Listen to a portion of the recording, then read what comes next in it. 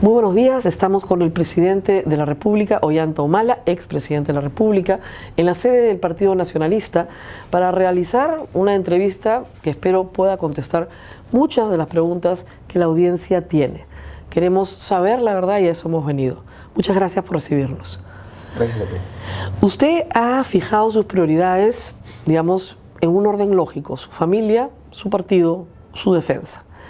Yo voy a invertir el orden en esta entrevista y voy a empezar por su defensa. Y vamos a tener que hablar, por lo tanto, de sus campañas. De la campaña 2006, de la campaña 2011. La presunción de la Fiscalía es que usted se ha enriquecido en esas campañas. Tanto en la del 2006 como en la del 2011, pero empecemos por la del 2006. ¿Sus fondos personales se mezclaron alguna vez con los fondos del Partido Nacionalista? No. ¿Nunca? No. ¿No hubo la posibilidad de que usted utilizara fondos del partido para sus bienes personales, para sus asuntos personales? No, porque en realidad nuestro patrimonio, nosotros siempre hemos tenido patrimonio, somos de una clase media acomodada, tanto Nadine como yo. Venía de 2 años de haber estado en Europa y en Asia como agregado militar y agregado de defensa, así que no teníamos esa necesidad. Lo que ambos dijimos, vamos a trabajar en un proyecto político, y con Nadine quedamos en que ella me iba a apoyar por un tiempo porque después quería dedicarse a su actividad profesional y familiar. Entonces lo del partido fue una cosa muy separada a lo de nuestro patrimonio. Es evidente que usted declara un patrimonio cuando entra a la presidencia, y lo había declarado antes también. Usted tenía un departamento propio de soltero, no de soltero, pero lo había adquirido cuando era soltero. Así es, que, con apoyo de mis padres. Que todavía lo mantiene como una renta, porque es un departamento chiquito. Y luego usted regresa efectivamente como agregado militar, y los agregados militares tienen la posibilidad de ahorrar. Con esos ahorros y lo que tenía, ya entonces con 2 hijas, compran en el 2004 una casa. En 2007. ¿No es el 2004 que empiezan a comprar la casa? El 2006-2007 compramos la casa. Ok. Con un crédito hipotecario. Exactamente. Pagan una parte de cuota inicial, como es natural, con sus ahorros y el crédito hipotecario. Sí, la casa costó $160.000 y el crédito hipotecario fue de $100.000. Ustedes pagaron 60 y había que pagar 100. Tenían 15 años para pagarlo. Muy bien. Ya en ese entonces estaban ustedes imbuidos en el proyecto político. Usted solo tenía su pensión, que entiendo ni tocó muchas veces, y su esposa hacía consultorías, y con eso se mantenían. Lo que presume la Fiscalía es que estas consultorías fueron de favor. Es decir, en realidad no hizo los trabajos, sino personas amigas de ustedes, que les tenían cariño, etcétera, les daban una remuneración mensual para que ella pudiera vivir, a cambio de un recibo de honorarios y un pequeño informe. ¿Eso es verdad? ¿Fueron contratos de favor? No. Es más, Nadine ya trabajaba antes de que fuéramos a Europa, antes de que nos casáramos. Nadine trabajaba con un catedrático de la Universidad de Lima, tiene publicaciones con su nombre que demuestran que no es un favor, sino es su trabajo, y en ese momento ganaba más plata que yo. Evidentemente, usted era soldado. Y tenía el sueldo de militar. Así es. En cambio, ella ganaba como una consultora de la Universidad de Lima, formaba parte de un equipo de consultorías de la Universidad de Lima. Después de eso, cuando llegamos al Perú, Nadine tiene trabajos, y yo, aparte de mi pensión, a raíz de las críticas que comienzan ya a hacerme de cómo vivo, de qué vivo, curso, etcétera, decidimos por consejo de los asesores en el partido asignar una remuneración al presidente del Partido Nacionalista. O sea, tenía una remuneración como presidente del partido, entonces aparte de mi pensión de militar. Ok, entonces usted recibía una remuneración del partido. Así es, como presidente. ¿Y eso más o menos cuánto era, para tener una idea? En esa época creo que era 7.000 soles. Perfecto. Mensuales. Entonces, con lo que usted ganaba de la pensión, más su remuneración de presidente del partido, más los contratos de Nadine y los ahorros, bueno, evidentemente, los ahorros sí se pueden explicar. Evidentemente, muchos creen que esos contratos, sobre todo los que son con Venezuela, son contratos que en realidad no son contratos. Los contratos con el señor Paredes, por ejemplo, que después fue ministro, que tampoco fueron contratos. No tiene nada de malo, le digo, es darle empleo a una persona, amiga. Y si no es muy, digamos, competente o no produce mucho y hay que pagarle todos los meses, tampoco es delito. ¿No pasó eso? No.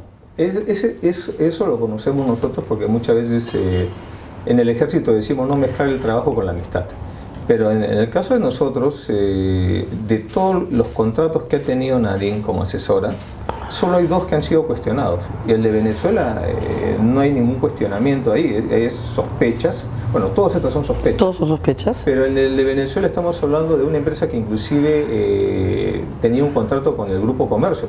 Yo sé, pero no, ella nunca publicó una nota en ese diario. Es que ella no era periodista, ella ha estudiado Ciencias de la Comunicación para el Desarrollo. Sus consultorías nunca fueron para presentar artículos.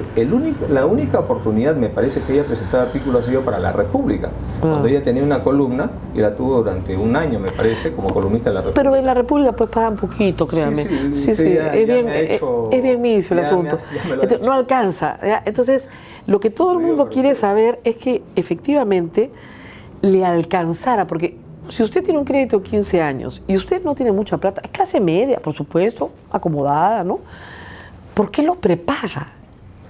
Porque nosotros teníamos esa posibilidad de prepagar, aparte, como le digo, teníamos en ese momento el apoyo también de mis padres. Acuérdese que de los 7 hermanos de padre y madre, 5 viajaron a Europa, y en el caso de los 2 que nos quedamos, mis padres nos apoyaron económicamente. Mi padre y mi madre son políticos, tienen la sangre en la política en las venas, y ellos veían que estaba muy bien y querían alentarnos en esto. Entonces, ¿usted también recibía un ingreso mensual de su papá? No, eran apoyos esporádicos, pero más allá de ese tema de que no, pero es anecdótico, no es anecdótico, porque eso conforma... El global era, nuestro patrimonio era mi pensión, mi sueldo de militar, mis ahorros, los ahorros de Nadine que ella había generado antes de viajar a Europa conmigo, mi sueldo de militar, que mientras yo estaba ganando una remuneración por servicio en el exterior, mi sueldo quedaba en Lima, ¿no? Entonces todo eso nos permitió a nosotros acceder a un crédito hipotecario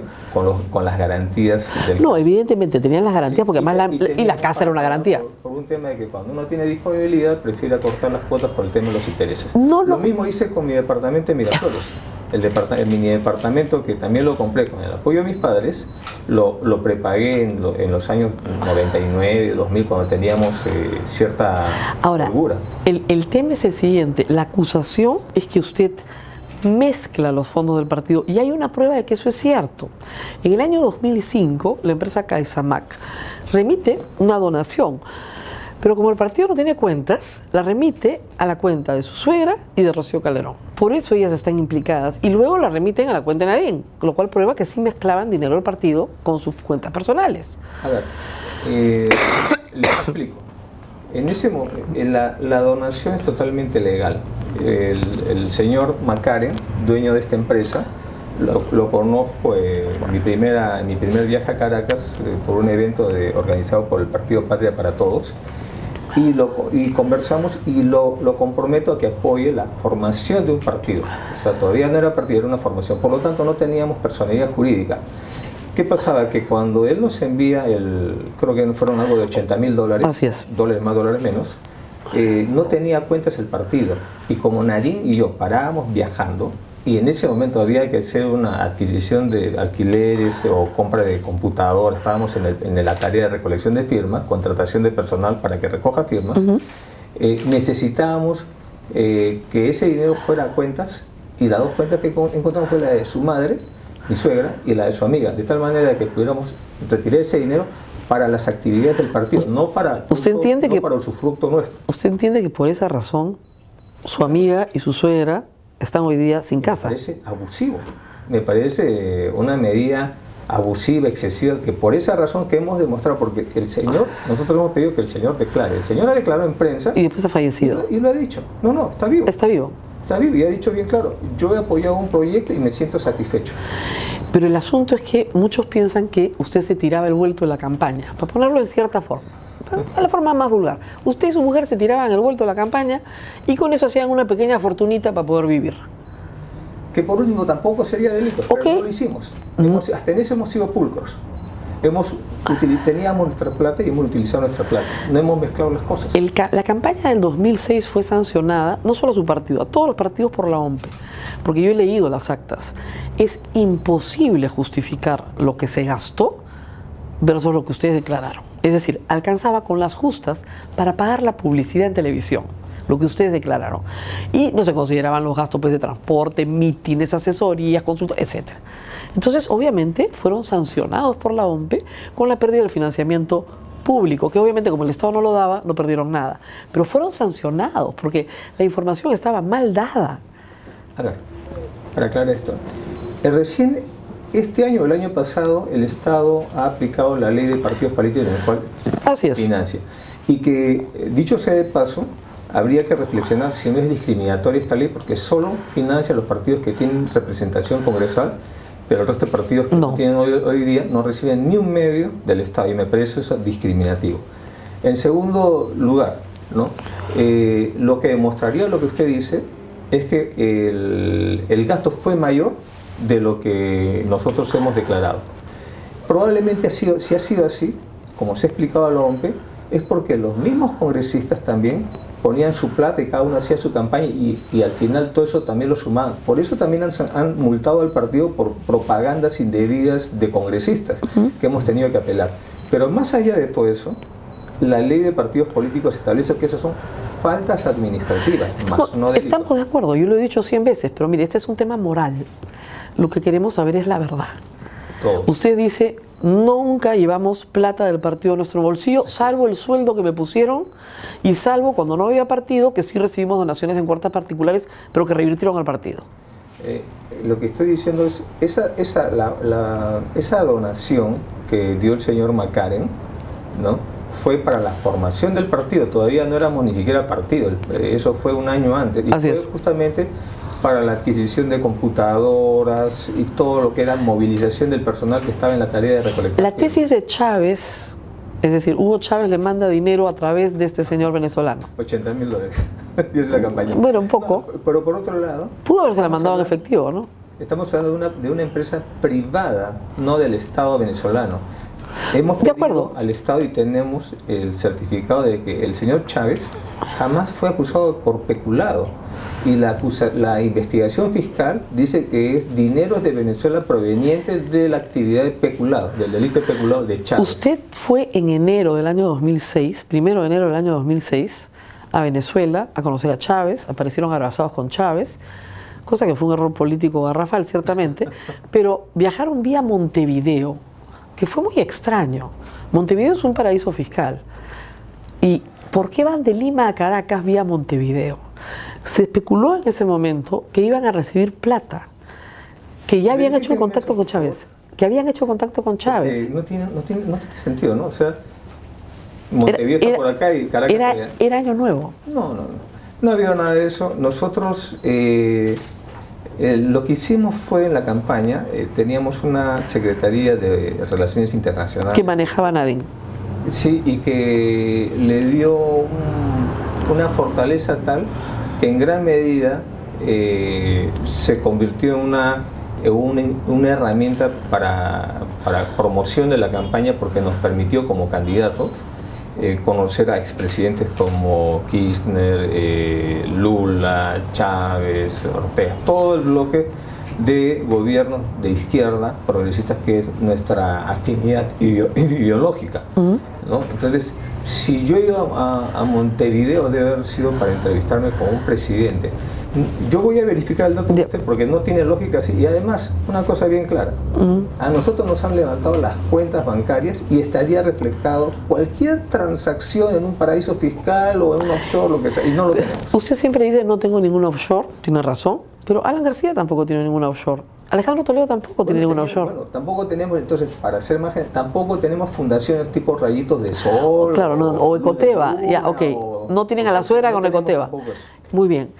Pero el tema es que, como usted sabe perfectamente, no se puede, digamos, formar, digamos, un patrimonio necesariamente con cuentas al nombre de uno, sino con cuentas a nombre de otro.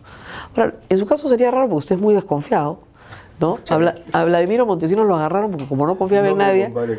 No, lo agarraron por eso, porque no confiaba en nadie, pero tendría que tener, por ejemplo... Confiaba en Pinchi. Claro. ¿No? Y en Guamán y una serie de personas que le tenían todos sus credibilidades. Pero las cuentas en Suiza las tenía a su nombre, no a nombre de nadie nada más. No tengo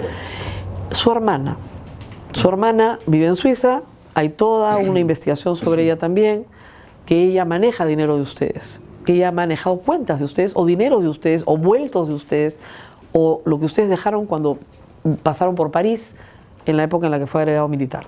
Hay un refrán que dice, si quieres conocer el árbol genealógico de tu familia, métete en política, ¿no? Ahí te van a decir quién es tu madre y tu padre y tus hermanos. Bueno, en el caso de mi hermana se fue a los 16 años a Suiza. Mis padres le enviaron a estudiar allá, tenían unos amigos que asumieron la tutoría de ella. Ella ha hecho su carrera, se casó allá. Ella está establecida y viene acá al Perú muy de vez en cuando. Entonces, yo no tengo ninguna relación financiera con ella. Ella tiene su propio patrimonio. ¿Nunca le he prestado plata? Ni usted a ella, ni ella a usted. No, hemos ido varias veces con mis hijos en plan familiar, etcétera. Me alojó en su casa. Con ella hemos recorrido parte de Europa. Pero no tienen ninguna relación económica. Ninguna relación económica. ¿Quién pudo haberlos mantenido? Es lo que la gente dice, del 2005 hasta el 2011. Gutiérrez, Salomón Lerner, gente que tenía plata y que estuvo muy cercano a ustedes. Mire, ¿mantenían al partido o mantenían a ustedes? No, insisto, yo como militar no he ganado mucho, pero provengo de clase media acomodada y siempre he tenido, y le agradezco públicamente a mi familia, a mis padres, porque siempre nos han apoyado, sobre todo a los dos militares, más que a los que estuvieron en Europa. Entonces, y cuando nos hemos casado, Nadine ya trabajaba y ganaba más plata que yo en esa época porque hacía consultorías en la Universidad de Lima, y yo aportaba mi sueldo, y mi suegro, ¿no?, nos dio una parte de su casa para poder vivir. Entonces, siempre nos hemos mantenido nosotros. Cuando se ha construido el partido, ¿no?, evidentemente la ideología nacionalista tiene mucha potencia, y en 6 años, mejor dicho, el primer año ya nos catapultó a una situación de expectativa nacional presidencial y de gobierno, ¿no? Eso atrajo a mucha gente, ¿no?, como estas personas que usted ha mencionado, y que evidentemente tenían pues un patrimonio bastante grande, ¿no?, y fuerte.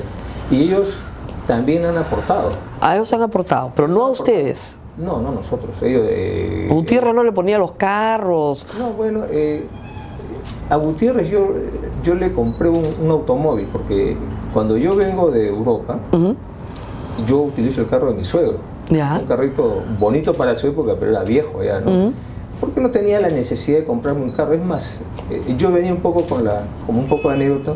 En Europa los servicios públicos funcionan tan bien que a veces es mejor desplazarse en metro que en un carro. Entonces no tenía la necesidad de un carro, y el carro que me dio el papá de Nadine, con ese me he movilizado durante casi un año, ¿no?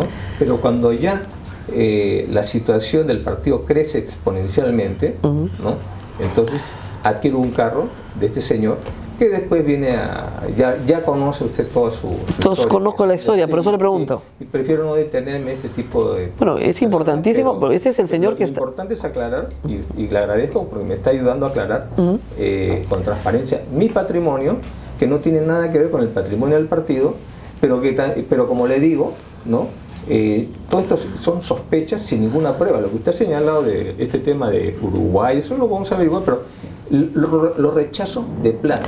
El tema de los 3 millones de dólares. Porque si hubiera habido eso, debiera haber una huella financiera, y yo la desafío a que la busque. No, yo no soy gerente financiero, pero... Porque no me meto en esas cosas.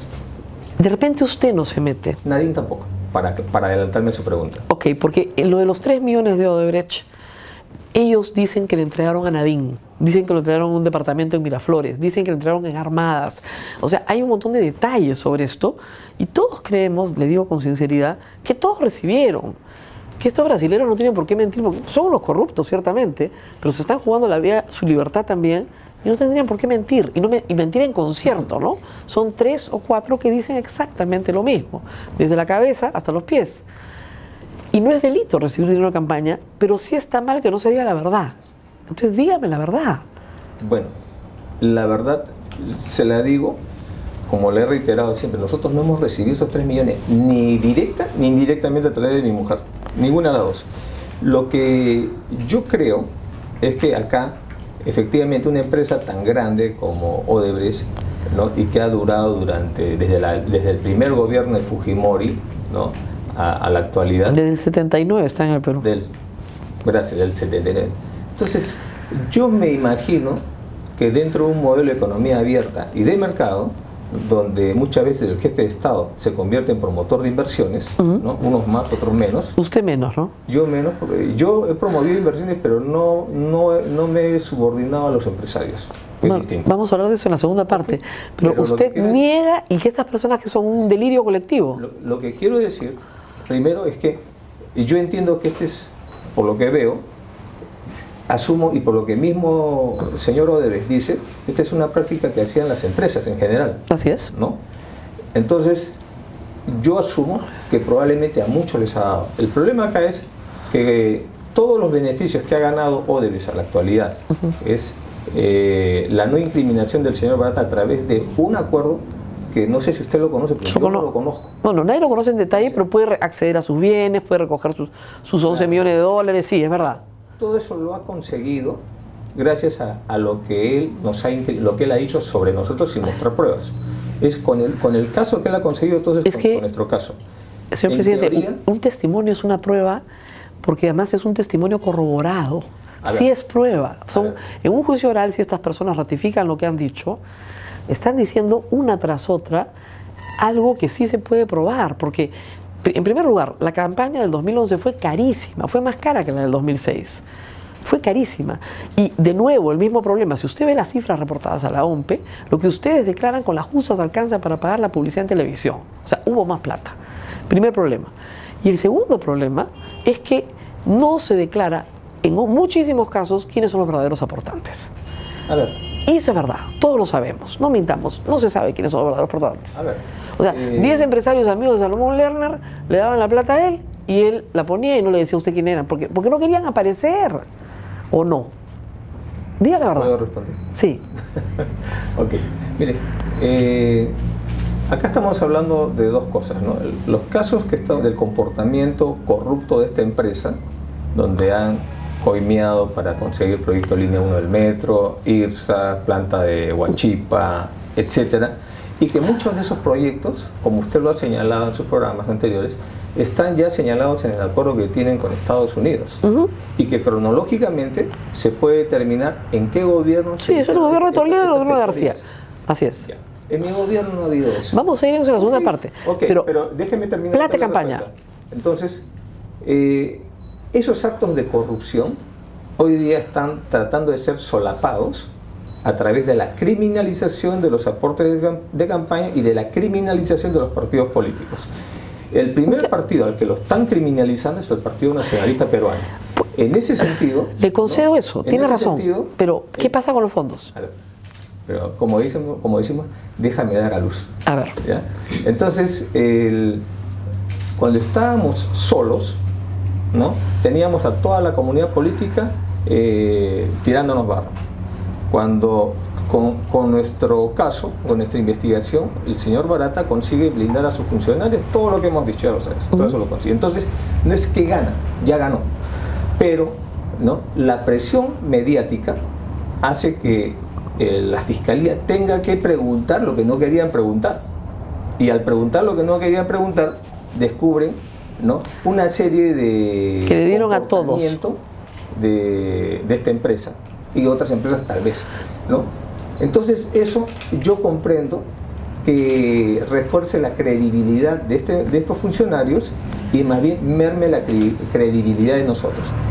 Sobre eso yo haría algunas reflexiones.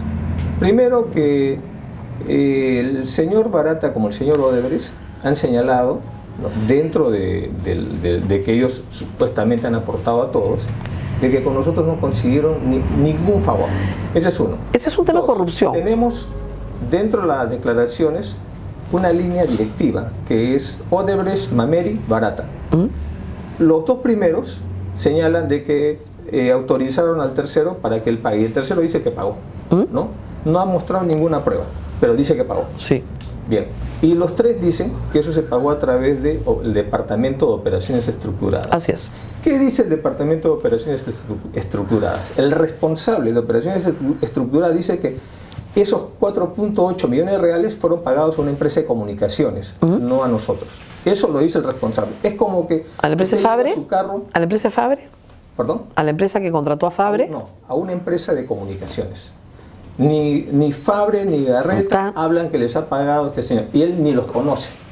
El tesorero, ¿qué dice el tesorero? Que es Migliaccio. Él dice que no sabe qué cosa es Soache. Y que a Garreta lo conoce y le pagó, pero en el año 2014. Para otra campaña. Cronológicamente usted podrá deducir para qué fue. No, fue el tema de Susana Villarán.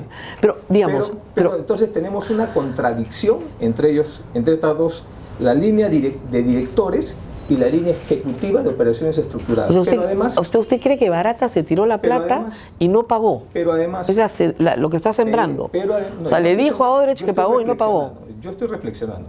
Pero además, el mismo Silva dice que en muchos casos, ya revisando sus cuentas, detectan que muchos de esos dineros han sido desviados por los propios directivos, porque era un manejo muy informal, ¿no?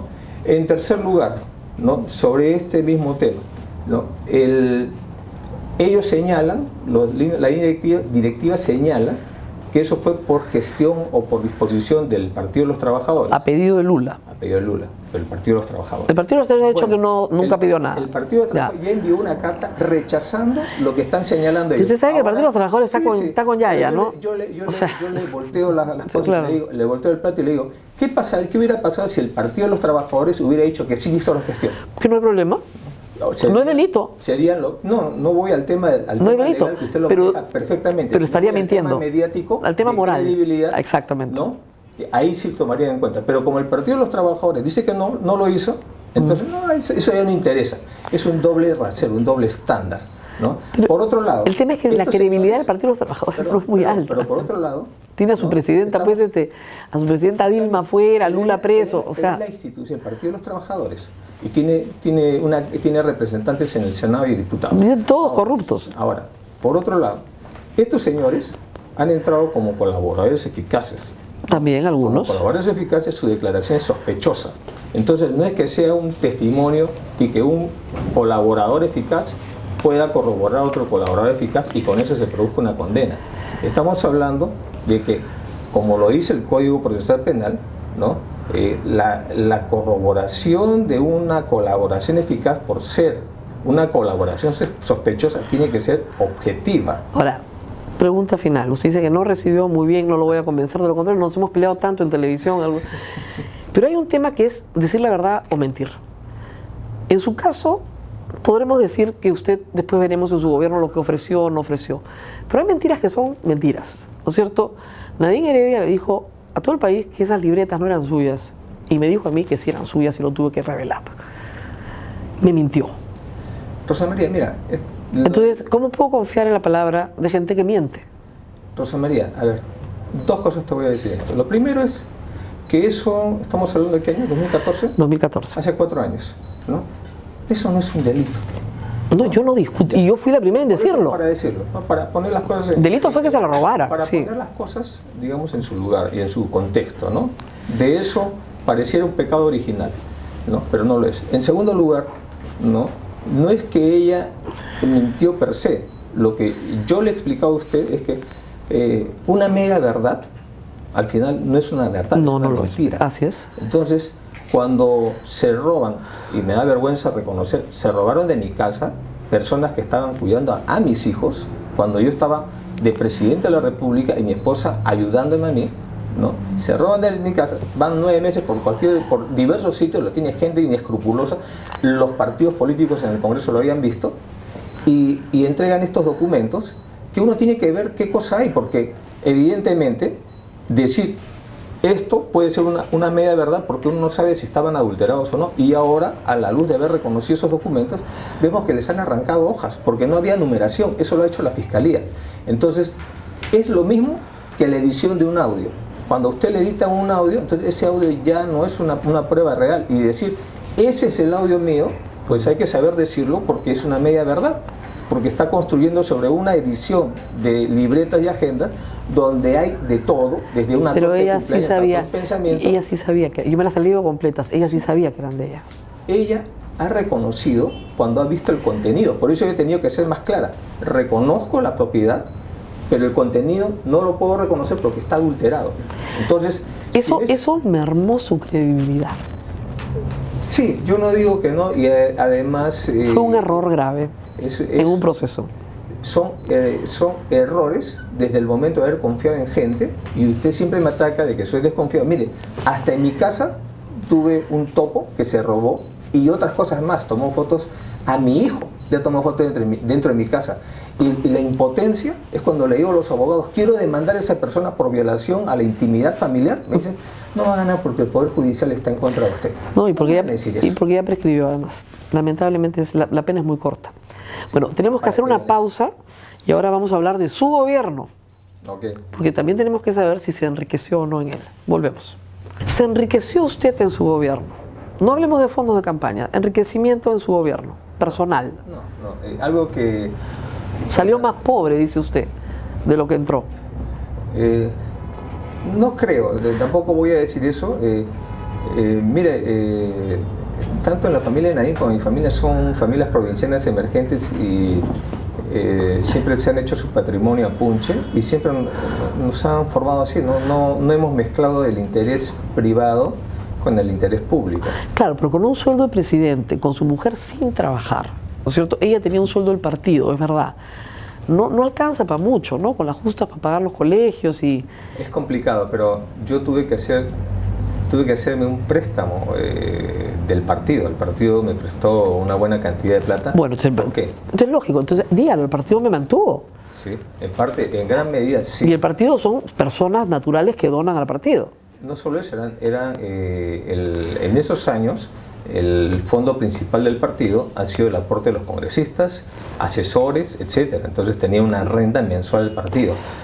Como ya en la primera campaña se me atacó por mi patrimonio, así es, se decidió que el presidente del partido tenía que ser un cargo remunerado. Ese cargo remunerado lo he ejercido. Cuando he sido presidente ya no podía ejercerlo. Se lo pasó a Nadine. Claro, pero antes de pasárselo a Nadine, yo tuve que pedir un préstamo al partido que lo estoy pagando ahora. ¿Por qué? Porque Nadine no ha cobrado viáticos, yo no he cobrado viáticos de viaje. ¿Pero por qué no? Como Toledo, ha debido cobrar todo. Pues. Justamente por ser bastante escrupuloso, porque uno entiende que después lo van a expulgar y uno prefiere, yo preferí en ese sentido mantenernos de esa manera. Entonces, hay muchos gastos que tiene un presidente, la familia presidencial, porque como dicen, la nobleza obliga, la representación del país obliga, que no lo va a cubrir el Palacio, y si uno quiere cubrir, después se lo van a sacar como un arma. O sea, los ternos no se los cubre Palacio, digamos. No, para nada. Ya, muy bien. Pero en la mujer es más complicado. Claro, pues tiene que vestirse bien. La mujer, si se pone 2 vestidos seguidos, la rajan, ¿no? Si va mal vestida, también le cae el raje. Pero si va muy bien vestida también, que fue el caso de Nadine. No hay forma de no perder en eso, ¿no? Pero eso involucra un gasto. Así es. Por eso tuve que hacerme un préstamo personal del partido, ¿no?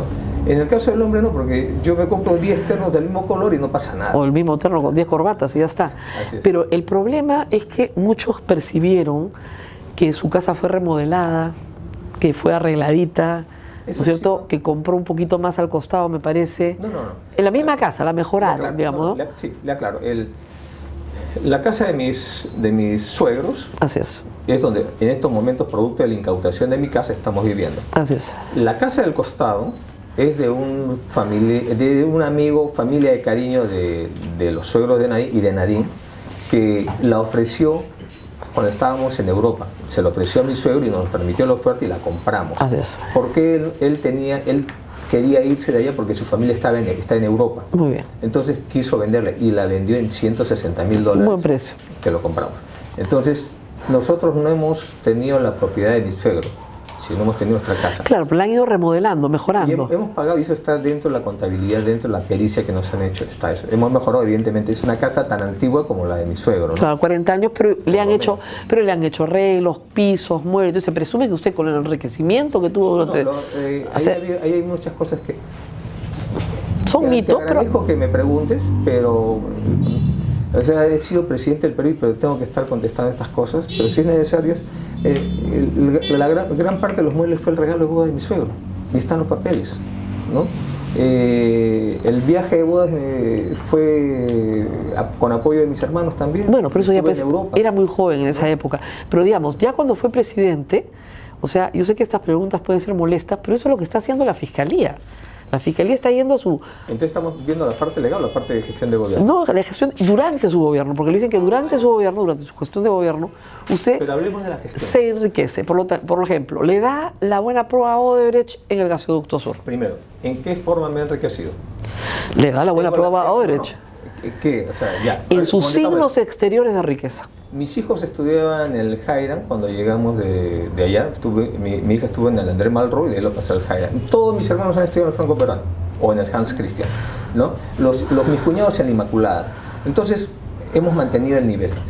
He mantenido la misma casa, la única casa que he comprado como bien familiar a nombre de mi esposa. Tengo mi departamento en Miraflores que lo compré, como usted dice, de soltero, con apoyo de mis padres. No me había comprado un vehículo y cuando llego a Palacio tengo los vehículos de Palacio, ¿no? Estaba comprando un vehículo, ¿no? Tenía su Jeep, ¿no? Su camioneta Jeep, es así que la manejaba. Esa es del año 97. Sí, ¿no? Viajancona, me he subido. Esa ahora está incautada, del año 97. Esa es la que se han incautado, sí. Me di cuenta. Sí, ahora, cuando se ha hecho, por ejemplo... ¿No le dio el gasoducto sur a Odebrecht? Hablemos del gasoducto sur. Dame 3 minutos para explicarte. Yo sospecho que el tema de corrupción está en Kuntur. ¿Por qué?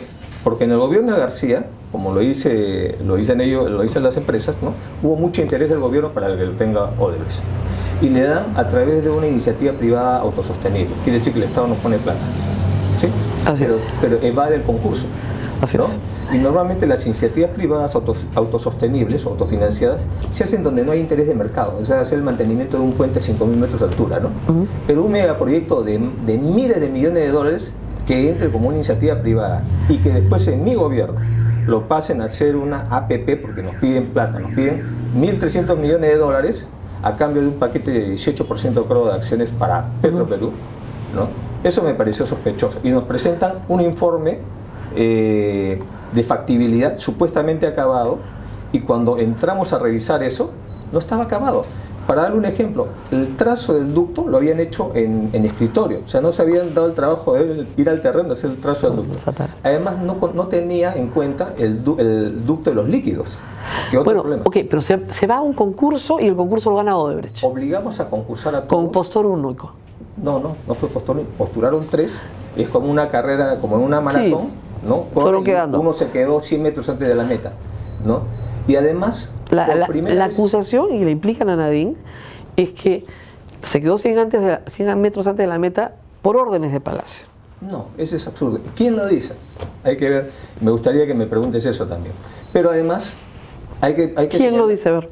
Hay que señalar que se puso la cláusula anticorrupción. Primera vez en la historia del Perú que se pone una cláusula anticorrupción, que quiere decir que si yo descubro que la empresa ha cometido algún delito, se le interviene todos sus activos. Ese contrato ahora es nulo porque ya simplemente no se pudo, por razones de viabilidad económica, seguir adelante con él. Ahí viene el tema de que la empresa, el proyecto se paraliza por insolvencia de la empresa. La empresa, antes de dejar el gobierno, nos pide flexibilizar el marco del mercado de capitales, que quería bancos de otro nivel, de un subnivel, y no le aceptamos eso.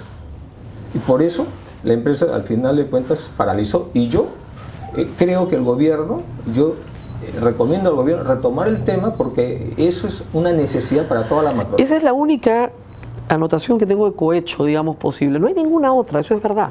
En ese sentido es verdad. Pero usted se peleó con todo el mundo en su gobierno. Se peleó con la izquierda. Se peleó con Javier Díaz Canseco y muchos lo culpan, digamos, de haber causado un daño irreparable a su vida, porque en el Congreso lo persiguieron los nacionalistas hasta suspender los 120 días. Se peleó con sus ministros, con sus primeros ministros. Se peleó con sus congresistas. Y por último, se peleó hasta con su candidato presidencial del 2016. Se quedó solo. ¿No confía en nadie? ¿Cómo que no? Primero, el Partido Nacionalista no tiene mellizos, o sea, ha nacido solito, ¿no? Así como yo he nacido solo, no tengo mellizos, así también nació el partido. La ideología nacionalista, ¿no? Ha tenido, y es una ideología potente, que en menos de un año logró catapultar al partido como uno de los partidos con opción a ser gobierno. En ese momento nosotros teníamos una serie de carencias, nos faltaban cuadros, ¿no? Y abrimos las puertas a nuestros primos hermanos, que es la izquierda. Bueno, les fue pésimo en el 2006, se les fue la mitad de UPP, se les fueron. Debió haber aprendido la lección, pero no la aprendió. En 2011 metió la misma gente al Congreso y se le fue la mitad. Y después que se le fue casi todos. Había un ex primer ministro israelí que me decía que Israel ha avanzado mucho en las tecnologías de defensa satelitales, de la salud, pero en la mente humana es muy difícil penetrar la mente de una persona, que una persona de un momento a otro pueda cambiar su posición y pueda convertirse en otra cosa. Es muy difícil predecir una decisión. Hay teorías sobre la elección racional, etcétera, pero es un misterio el cerebro de las personas. ¿Usted cree que a usted lo traicionaron muchos? Yo creo que sí. Yo creo que muchos defraudaron el proyecto, y no solo defraudaron, pretenden, ¿no? Es como decir que el huevo quiere enseñarle a la gallina cómo empollarlo, ¿no? O sea, hay una lista larga, entonces, ¿no? Omar Chejade, Torres Caro. Usted los menciona, yo no voy a mencionarlos. ¿Por qué no los menciona? Porque ya los está diciendo usted, pero lo que quiero mencionar es no al mensajero, sino el mensaje, ¿no? Pero hubo gente que sí fue leal con usted y a la que usted maltrató. A ver, esa es la segunda parte de la pregunta, que me dirá usted quiénes. Pero los que se van, ¿no? Normalmente no se van a ir diciendo que son traidores, ¿no? Se van más bien echando la culpa. En política es así. Es que el amor propio en las personas es tan fuerte que no pueden comprender que puede haber una paja también en su ojo. ¿No se está describiendo a sí mismo? No, yo sí los reconozco, mis errores, ¿no? Y tengo muchos. ¿Cuáles son? Pero ya, como se lo dije antes, no soy partidario de la humillación pública. Si me voy a autoflagelar, lo voy a hacer delante de un crucifijo, como los buenos juecitas. ¿Le debe alguna explicación al país? Pero, como le estaba diciendo, ¿no? Muchos abrimos las puertas. Por eso pusimos Gran Alianza Nacionalista de Gana Perú, porque el Partido Nacionalista no tenía los cuadros suficientes ni siquiera para cubrir la cuota de bancadas. En el camino, ¿no? Todos estos grupos que han entrado, también dentro del Congreso, han querido partir la bancada para replantear una cuota de poder con el Ejecutivo. Nosotros no tuvimos una mayoría absoluta como hay hoy día, sino teníamos que fabricar mayoría. Tuvimos una mayoría relativa y con socios coyunturales. Entonces usted verá que muchos proyectos de ley que sacamos eran básicamente con diversas bancadas. ¿No se arrepiente del daño a Javier Díaz Canseco? ¿Perdón? ¿No se arrepiente del daño político a Javier Díaz Canseco? Nosotros no le hemos hecho ningún daño. Votaron para suspender los 120 días acusándolo de corrupto. Nosotros no le hemos hecho ningún daño a Javier Díaz Canseco. Lo que ahí ha habido es un tema en el cual la oposición de ese momento manejó eso. Y en la bancada hubieron gente que lo apoyó y gente que no lo apoyó. Es parte de la formación de la disciplina, parte de la indisciplina que había dentro de las bancadas.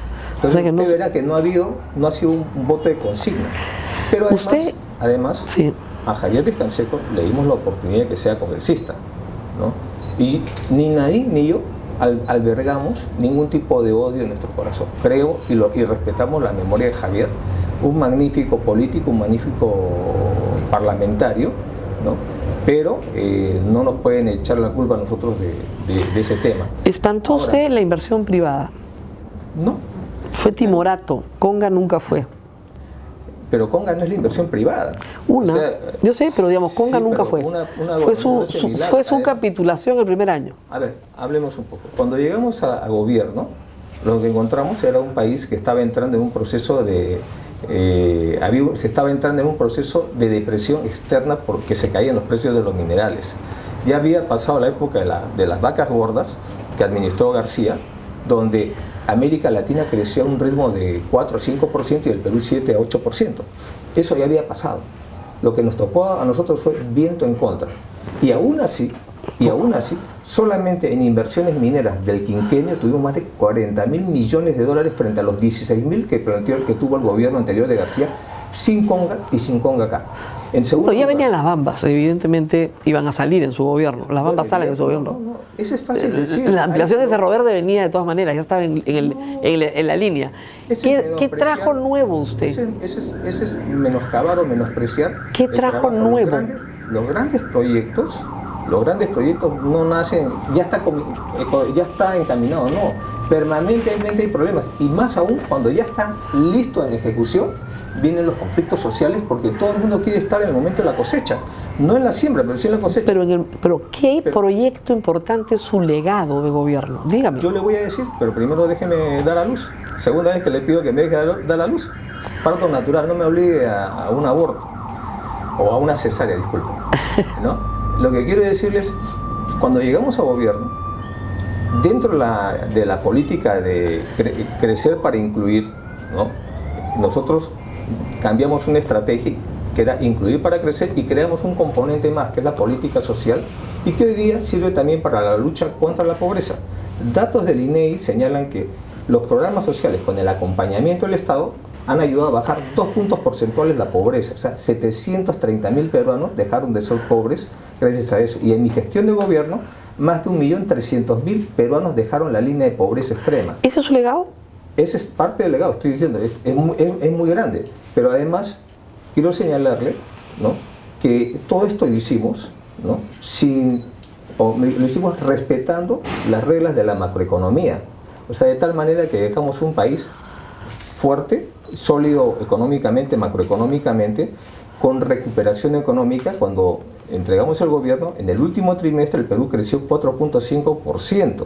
Además de esto, hemos dejado megaproyectos que tienen que continuar. Está la línea 2 del metro, está la refinería de Talara, el gasoducto surperuano, está el Museo Nacional, el MUNA. Me tengo que ir a la pausa. Una pregunta rapidísima, sencillísima. No, ha dicho varias cosas, es su legado y quería saberlo, o lo que considera su legado. Recuperamos más de 50.000 kilómetros cuadrados en el litigio con Chile. Ese es un buen dato, pero pregunta final, ¿por qué no indultó a Fujimori? Porque no era correcto. No era correcto. Me quedo con esa respuesta. Vamos a la pausa y regresamos.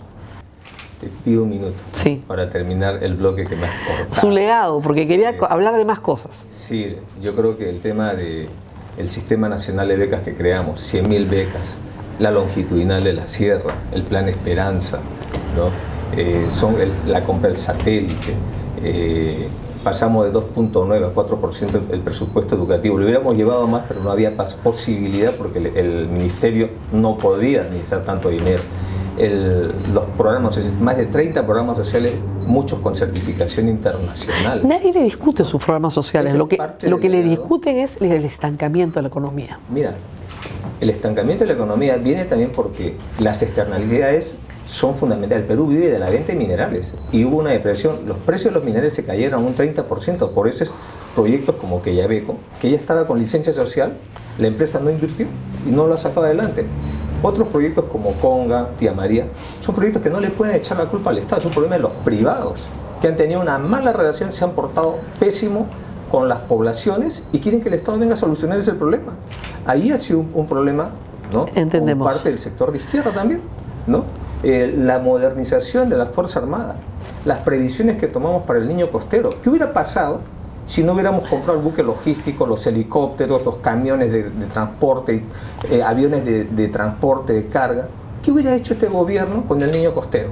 Nadie se preocupó de esas cosas. Hasta nos hemos preocupado de comprarles patrulleros a la policía, helicópteros nuevos, todo de calidad. Yo no he comprado maquinarias, Bamba, nada de esas cosas. He comprado lo mejor para... Vamos a parar ahí. Muy bien. Su prisión. ¿Cambia la prisión a las personas? ¿Las marca? Todo cambia. Yo creo que en el refrán que dice nadie puede bañarse 2 veces en el mismo río.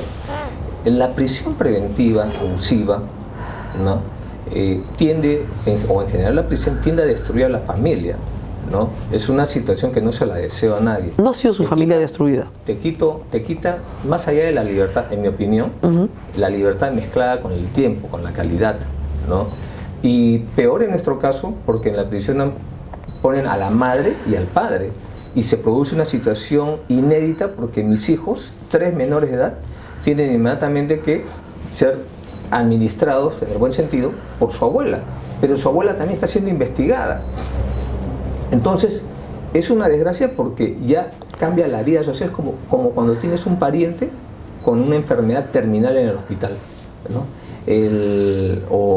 Los horarios se independizan, se buscan su pareja, todo el mundo quiere terminar, pierdes amigos también, etcétera, ¿no? Pero en nuestro caso ha sido al revés. Se ha consolidado la familia. Yo he visto a mis hijos, a mis hijas con sus bracitos, con los sellos, ¿no? Mi hijo venía los días sábados a verme a mí y mis hijas tenían que ir en la visita de mujeres los sábados. El domingo mi hijo tenía que ir un poco tarde para no estar presente en la cola y escuchar todas las palabrotas que se dicen en las colas. Los hombres, ¿no? Cuando entra la visita de hombres. Así es, ese es traumático, que los revisen. Menor de edad que tienen que revisarlos, ¿no? Palparlos, digamos. Así es, ¿no? Yo agradezco en ese sentido, ¿no?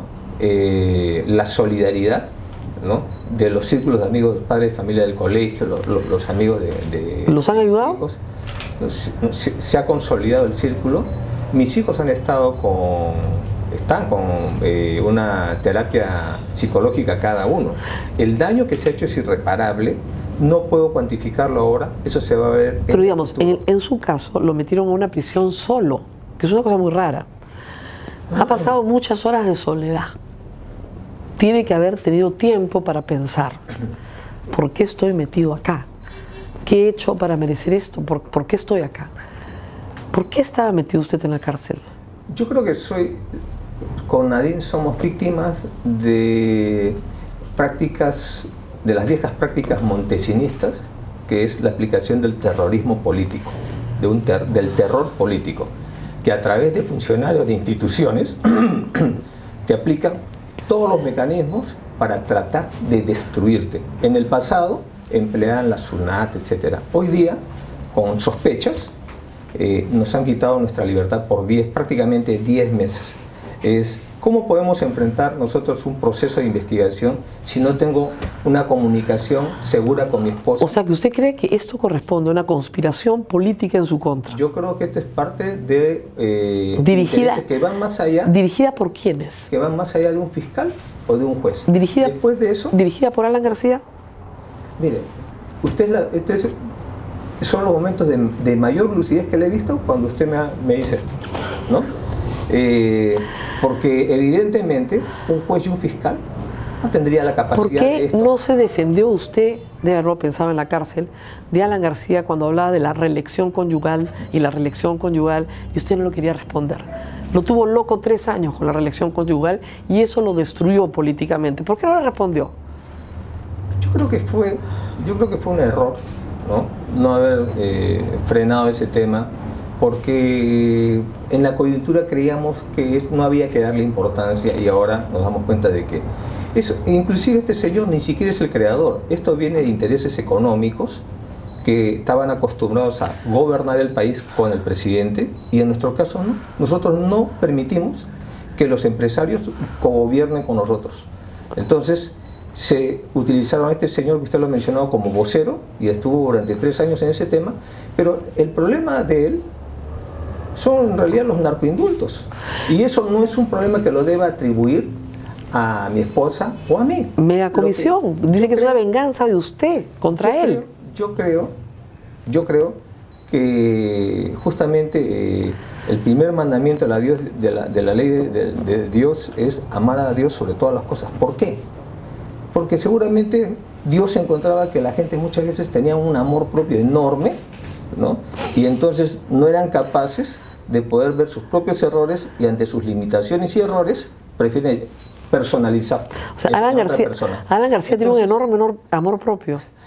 Yo siempre la veo a usted, la estoy viendo con mucha lucidez. No, pregunto. Pero además de eso, yo creo que no fue un tema, nosotros no hemos perseguido a nadie, ¿no? Ese tema de narcoindultos era un hecho comprobado, la prensa lo sabía, no es que lo inventábamos ni nada de esas cosas. Ahora, creo yo que en nuestra situación, al ponernos 10 meses de prisión preventiva abusiva, que el Poder Judicial, más allá de lo que dice un juez, ¿no?, haya dicho no nos interesa una casación, no nos interesa sentar un precedente jurídico sobre este tema y que tenga que ser el Tribunal Constitucional, máximo ente de garantías constitucionales que enmiende la plana en el buen sentido, me preocupa porque estoy viendo justamente lo que digo, ¿no?, que hay intereses más allá de un juez y un fiscal, que después de haber salido para salir nos han demorado 4 días, ¿no? Después de haber salido, nos quiten nuestra única casa familiar. O sea, ¿cómo podemos llamar esto si no es prácticas montesinistas de aplicación del terror político, en las cuales mi familia no hemos tenido tiempo de sentarnos con nuestros hijos, con Nadine, y decirles, miren chicos, esto ha pasado, esto es así. No hemos tenido tiempo de procesar ese problema y entramos, una mañana nos tocan el timbre y tienen que salir mis hijos sin tomar desayuno, ¿no? Y tenemos que estar buscando a dónde ubicarlos y sacar ellos sus cosas para el colegio, felizmente que están de vacaciones, ¿no? Y esa noche mi hijo ha dormido en la casa de un familiar, mis hijas en la casa de unas amistades, y yo y Nadine hemos tenido que dormir en la casa de mi suegro. Esto ha obligado también a que mi cuñado tenga que mudarse y buscarse un departamento. Y estamos siendo víctimas de una hostilización permanente. No solo es hoy día, ayer, todos los días hay una hostilización. ¿Pasan por su casa? ¿Le gritan cosas? Así es. La cosa es así, ¿no? Entonces, yo siento... ¿No tiene resguardo policial? Tenemos un resguardo policial que esperemos que se mantenga, porque yo no he perdido mi condición de expresidente de la República, pero es lo único que tengo, y mi pensión de expresidente, no tengo nada más. ¿El Congreso no le pone personal como le pone a García? No. El Congreso no ha puesto nada, y tampoco voy a estar mendigando al Congreso. Yo soy un expresidente, no tengo por qué mendigarle a una institución que tiene 5% de aprobación. Ya vendrán buenos tiempos, pero eso sí, yo creo que esto, y desde acá yo hago una exhortación, ¿no?, a la comunidad internacional, a la OEA y a todos los organismos como la Comisión Interamericana de Derechos Humanos, Naciones Unidas, del maltrato que se está haciendo acá y que estamos entrando a una situación que vulnera el Estado de Derecho. ¿Cómo se puede proteger, cómo se puede apadrinar a este tipo de funcionarios que utilizan el poder para el mal? Dicen que estas personas en realidad los han victimizado y les han hecho un favor. Y Nadine es candidata el 2021 de todas maneras. Bueno, mira, dos cosas, ¿no? O sea, si me han querido hacer ese favor, no se los he pedido porque han hecho un daño irreparable a mi familia. Es un caro favor. Con 2 favores de eso, no sé qué pasaría, ¿no? Pero en segundo lugar, ¿no?, cuando Nadine me acompañó en el gobierno, Nadine tenía un proyecto profesional. Ella ha sido, desde estudiante, ella hacía consultorías. Y yo le dije que tenía la aspiración política, después de haber haber hecho el levantamiento en Locumba contra la dictadura de Fujimori, después que denuncié a todo el alto mando de la Fuerza Armada por haber firmado el acta de sujeción, y después que me invitaron al retiro.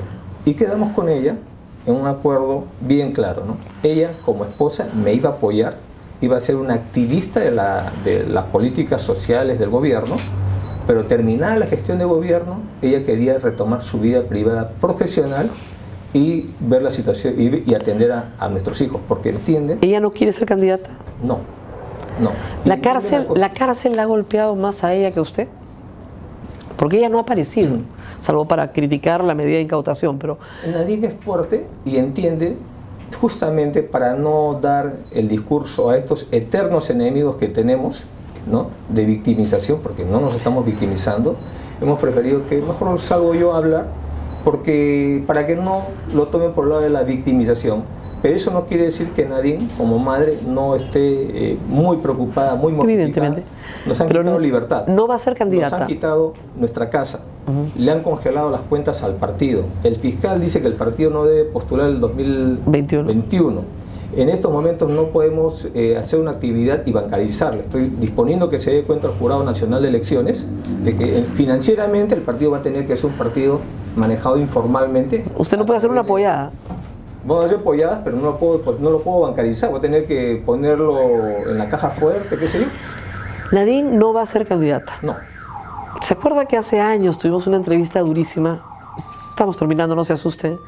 Y yo le pregunté más o menos 10 veces qué pasó en Madre Mía. ¿Qué pasó en Madre Mía? Lo que ha pasado es... ¿Qué pasó en el 92? No en el proceso.